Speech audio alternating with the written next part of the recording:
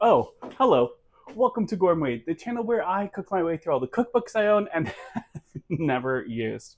We are still working with the Disney Parks, or the official Disney Parks Cookbook, sorry about that, where we'll be making a charred Nebraska corn chowder. This one comes from the Storytellers Cafe at Disney's California Adventure. We're still in the Disneyland section of the book, so these are recipes that I really haven't had, but I love a good chowder and I like corn. So it really was that simple when picking this one out. So let's just get started. Okay, so this one starts out really simply. We need 4 ears of fresh corn, unchucked. I cheated. I bought 4 ears of corn half chucked. Um, Honestly, mostly because I didn't see the unchucked, like the full ears of corn. I only saw these. So this is what I bought. And then halfway through the shopping trip, I was like, oh, they did have actual ears of corn. Whoops. But that's okay. So we need to put these in the oven at 350 for 25 minutes. I'm putting the husk up since they are supposed to be unchucked. And I might just do them for 20 minutes. Not 100% sure, but we'll get these guys in the oven and we'll kind of go ahead and start the rest of this one. I don't know. I'm trying to see how much I can get done while the corn is cooking and cooling. So we'll get this one started pretty simply. We need 4 slices of bacon divided. I've just got the regular center cut bacon here. We've got our pan. I'm going to cook all 4 at the same time. And then what I'm going to do is just eyeball divide it. I feel like that's the best way to go. So let me grab 4 pieces of bacon. Really, what's happening is half of this is going to be in the soup, and half of it is going to be as a garnish. So yeah, let's just get started. Let's go ahead. There's the cookbook is so new that it doesn't like. This is one that doesn't quite want to bend all the way, so I have it in a weird spot. And then, of course, bacon just never wants to cut. Let's be honest here. But I'm doing big dices. I don't know if that's right, but that's kind of how I feel good about it. I always figure they cook small, so it doesn't really matter, but maybe it does. I don't know. Okay, so let's just get all of this in there. And we're going to go ahead and turn our burner on pretty high just to get the heat going. I'm going to wash my hands. I'm not going to make you watch me brown bacon. We've all been there. So we've cooked our bacon. I went ahead and took all of it out because I didn't plan it. And I only just now turned the burner off, but I didn't want to burn the bacon. So it is what it is. There's, I can't do anything about it now. Now we are supposed to drain some of the oil, but I'm not doing that. I can't be bothered. So now we need to go ahead and dice some onion. We need a tablespoon of diced onion.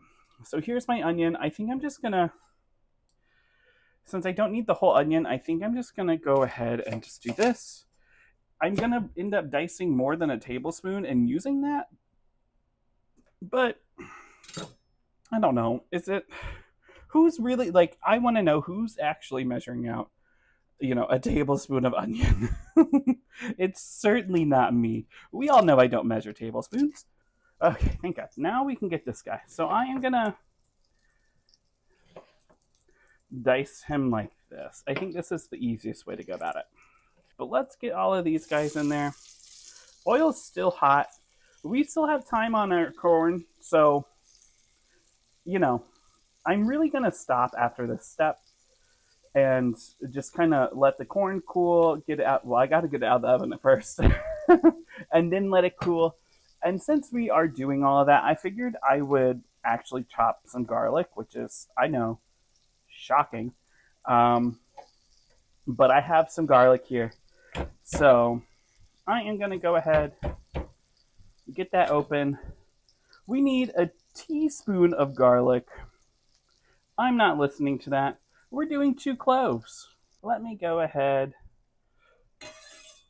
There we go. Get all of this off. We'll clean the cutting board off in a minute. But I am just gonna go ahead. We still have quite a bit of heat. You can hear all of the sizzling. And we're supposed to cook the garlic and onion until the onion gets a little translucent. So I'm going to go ahead and just kind of pick through our bacon and try to get half that's not as crispy.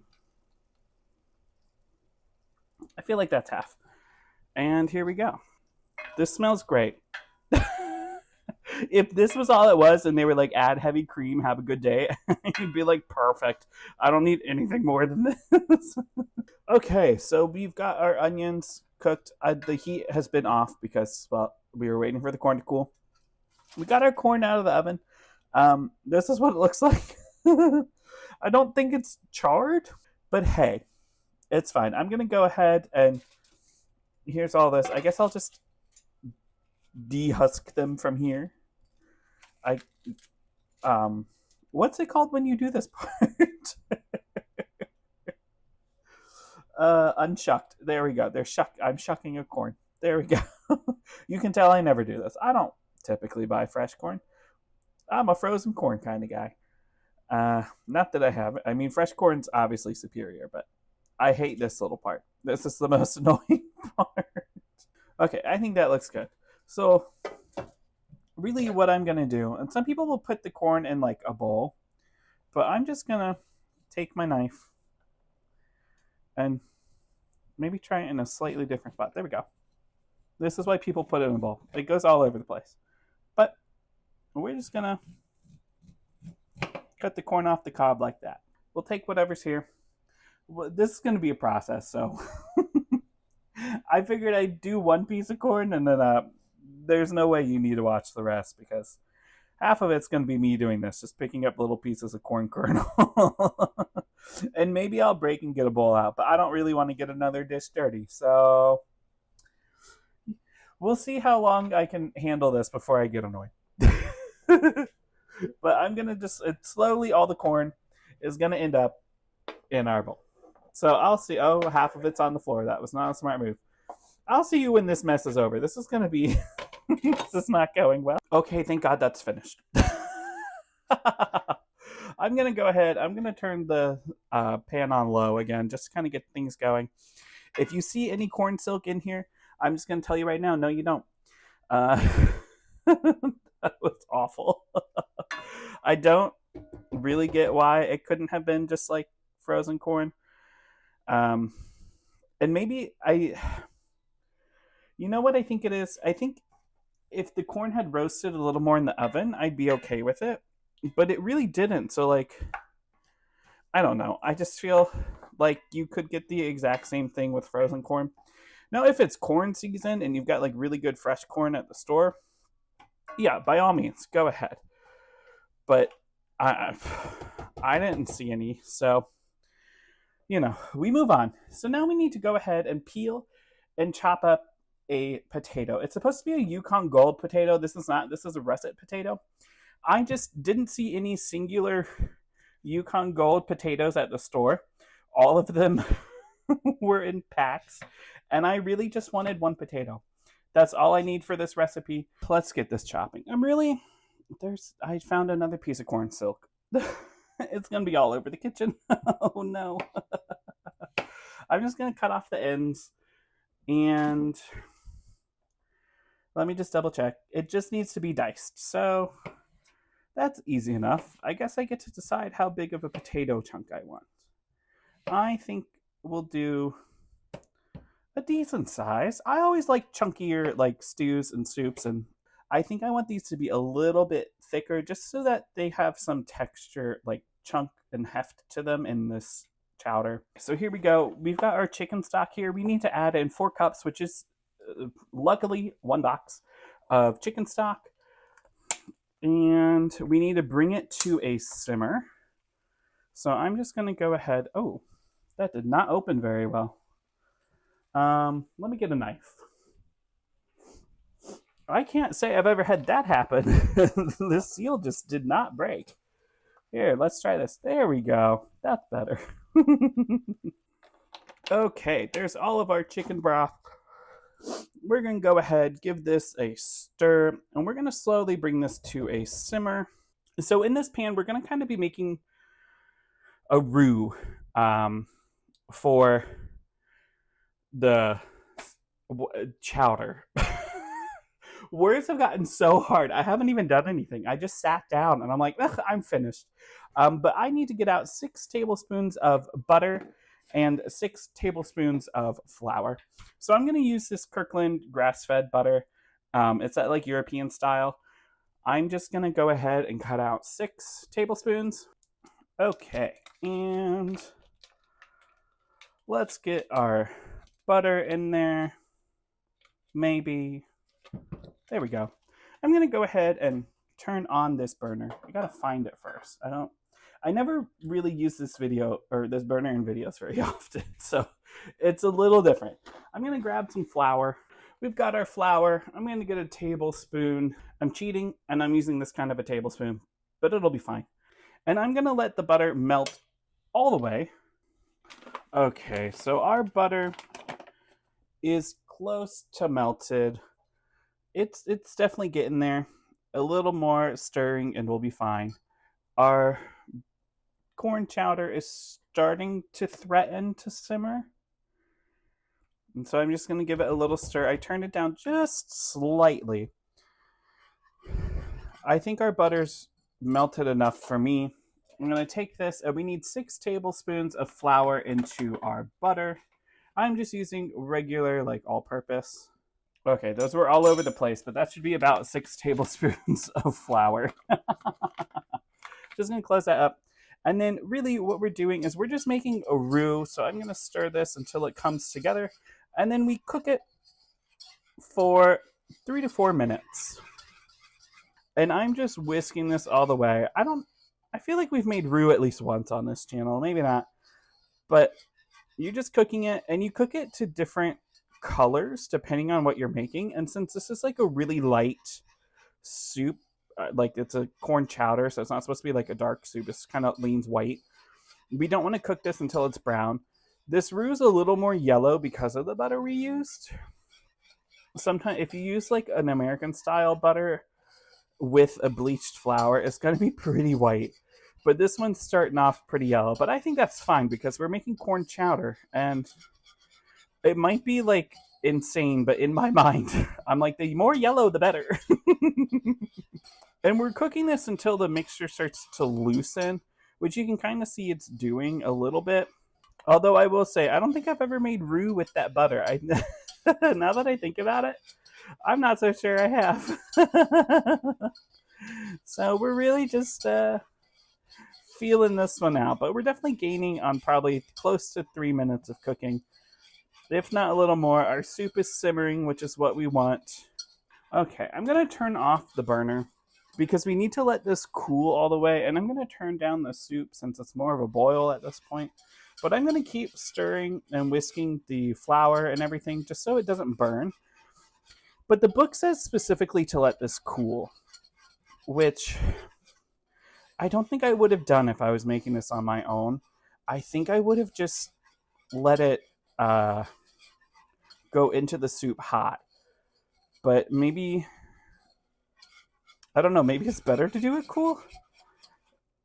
I'm trying to remember all the times that I've made roux and how I use them, and I think I've just used them hot. So maybe I'm learning something new today. I think once this stops kind of bubbling, I'll stop stirring it. I feel like that's not bad. Like, it's bubbling. I guess that's kind of still boiling. Whatever, I'm done stirring it. I'm not going to lie. And here we go. We're just going to give this another stir. So I don't know if this fully counts or not, but I'm going to say that our roux is cool. I'm going to give it just another whisk because it kind of started to separate a little bit with some of the butter oils, which is why I think like it's probably for the most part pretty cool, especially compared to our soup. So I'm going to go ahead and pour that in. Get all of it in there. What an interesting reaction. And now we're going to whisk it in.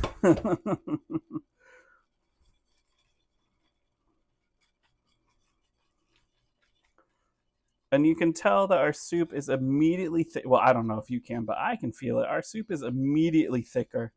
Now, the book says to cook this for 30 to 40 minutes whilst and keeping simmering, and scraping the bottom fairly often so that nothing sticks. So I've turned the heat down low just because I'm not gonna lie, I don't want to stand here over it the whole 40 minutes. So I'm not gonna. Um, we've got that in. I think this is going to be a pretty thick soup. I guess it's a chowder, but I think it's going to be pretty thick. I've got the temperature on low. I feel like I've already said this, but we're saying again, temperature's on low, and we're going to cook this for about 30 minutes. I'm going to err on the side of caution, and I'll stir it probably like every 5 minutes or so. Okay, so it's been just about 30 minutes. Our soup is looking great. I'm going to give it another stir because we didn't really get anything stuck on the bottom. There's some stuff, but I think it's mostly from where the bacon cooked, and we've been kind of scraping that off. But this is what our chowder looks like at the moment. I gotta say, it smells so good. I am so ready to eat this. I'm getting really impatient. We are pretty much finished with this, thank God. So I've got out some cream and I got some chicken. So here's some heavy whipping cream. I'm going to go ahead and open this. We need to add in 2 cups of heavy whipping cream. So let me go ahead. I've got my measuring cup and we're just going to, okay. Here's our 2 cups of heavy cream. Now we need to add in a cup of chicken. So this recipe specifically says a cup of pulled chicken meat. Doesn't say what kind of chicken meat. I bought a rotisserie chicken from Publix. And then I went to Costco and realized I should have just bought the rotisserie chicken from Costco and saved some money, but whatever, too late now. So I'm going to start with the leg. We're just slowly going to tear apart some chicken meat here and add it in. I'm not going for a particular size of the chicken. And as we can all tell, I'm not measuring how much chicken's in here. I'm probably going to add a little bit too much chicken. But I'm going to add in this breast, and then we've added in half of a chicken, which is definitely more, it's probably closer to 2 cups of chicken, but I prefer it that way. I'm going to call out there. I'm going to wash my hands. We are going to go ahead and stir everything in and let this simmer for another 10 minutes. Okay, here we go. Thank God we are here at this step because I am so hungry. I'm so ready for this. This wasn't even, it wasn't even hard for this to come together. This is a really easy recipe and we'll rate it obviously we got to try it and we'll try it as soon as the 10 minutes is up. Okay, I left it a little longer than 10 minutes. I forgot what I was timing. But here is, it's hard to see because it's in the bowl. But here's our corn chowder. It looks delicious. It smells so good. Everything about it. I added some parsley. Now that I've stirred it, you can't really see. You can kind of see them. I added some parsley on top. The recipe called for cilantro. And I'm hoping that I'm just reading that wrong or misremembering it because why would I add that to this? But I think, what was I going to say? I'm so hungry. I think this parsley will go well. I don't know. I'm just ready for it. So here we go. We got some chicken. We got some bacon. We have corn. We don't have potato, but that's okay. I'm going to go ahead. This is extremely hot. I'm going to go ahead and blow it off. Okay, so I had to take a second bite because the first bite was way too hot. I had to come back and try it again. I forgot to say that we did add at the very end, we added some salt, we added some pepper. But honestly, it's a little too hot right now. But that's going to be a really, really good corn chowder. And I wish I had thought ahead and I would have bought a really nice loaf of bread to make some crispy bread chunks to dip into that corn chowder. It tastes so good. I know it's only going to get better from here. And I'm just being impatient eating it right now because I am so hungry and I've been smelling it. But it's great. So let's just get into this one, right? The ingredients, easy to find. I didn't have an issue finding any of them. Nothing was overly expensive. Of course, you don't have to buy that big thing of heavy cream and stuff like that. But I thought everything kind of was relatively decently priced. And I think the only thing that I might do differently next time is maybe do frozen corn instead of fresh corn. I know, obviously the fresh corn is probably going to taste better, but I really don't think that there's going to be that much of a difference if you use frozen corn, just because you're cooking it anyways. The water's going to evaporate out of it. I think it'll be fine. I don't see a problem with that, but whatever. I really like this one, and I'm hungry, and I want to eat it, so I don't want to talk anymore. I'm gonna give this one a 9.5. Call it a day. I'll see you guys in the next one. Bye.